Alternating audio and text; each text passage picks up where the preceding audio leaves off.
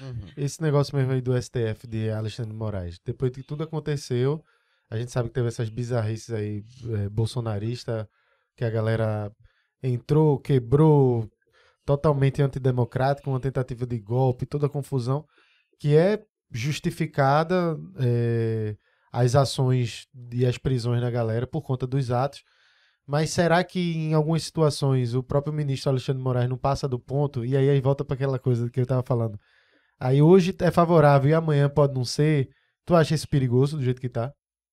Na verdade, é uma situação bem complexa, né? Porque a gente tem essa mania de colocar os heróis, né? É. Hoje o herói é o Xandão, não é verdade?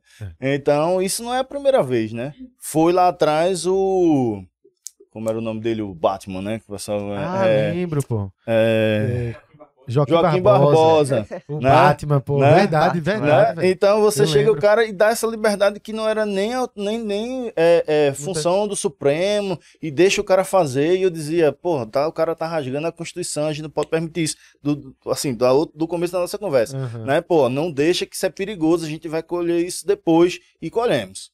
Né? Então, tanto para um lado quanto para o outro. Né? Então tem que estar dentro do que é função, do que é o papel do STF. E se ele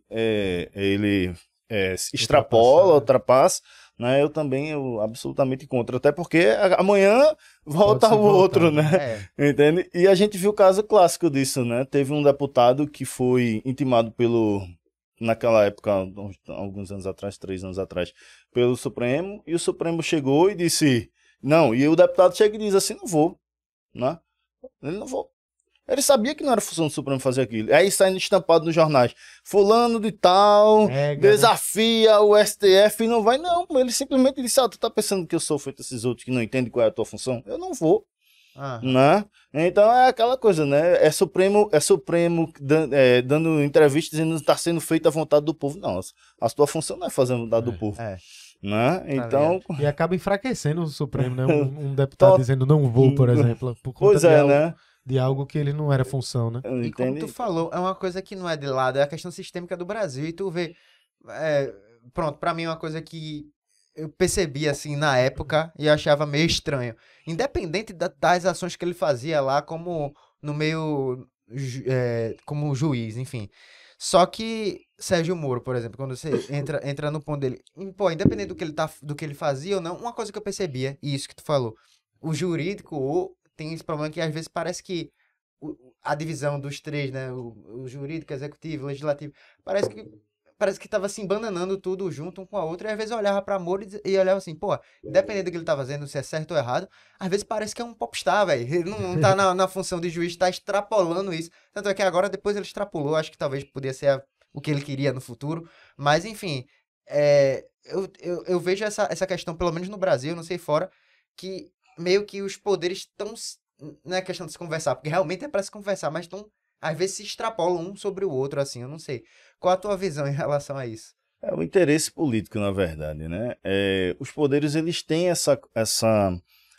numa democracia, obviamente, né? Como a gente estava falando, eles precisam dessa regulação um com o outro, né? Para que a coisa funcione de forma democrática.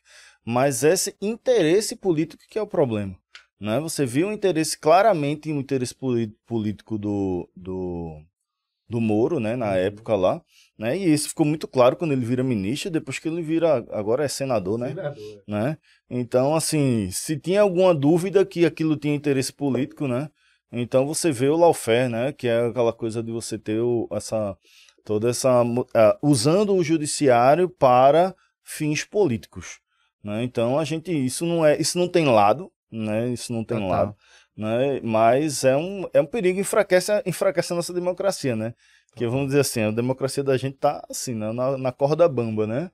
E aí a gente, desde lá do Joaquim Barbosa, que eu dizia, olha, né? A gente tá num ciclo, tá descendo, né? Então se a gente não tomar cuidado agora, não vigiar a nossa democracia, isso aí é uma característica bem marcante, né?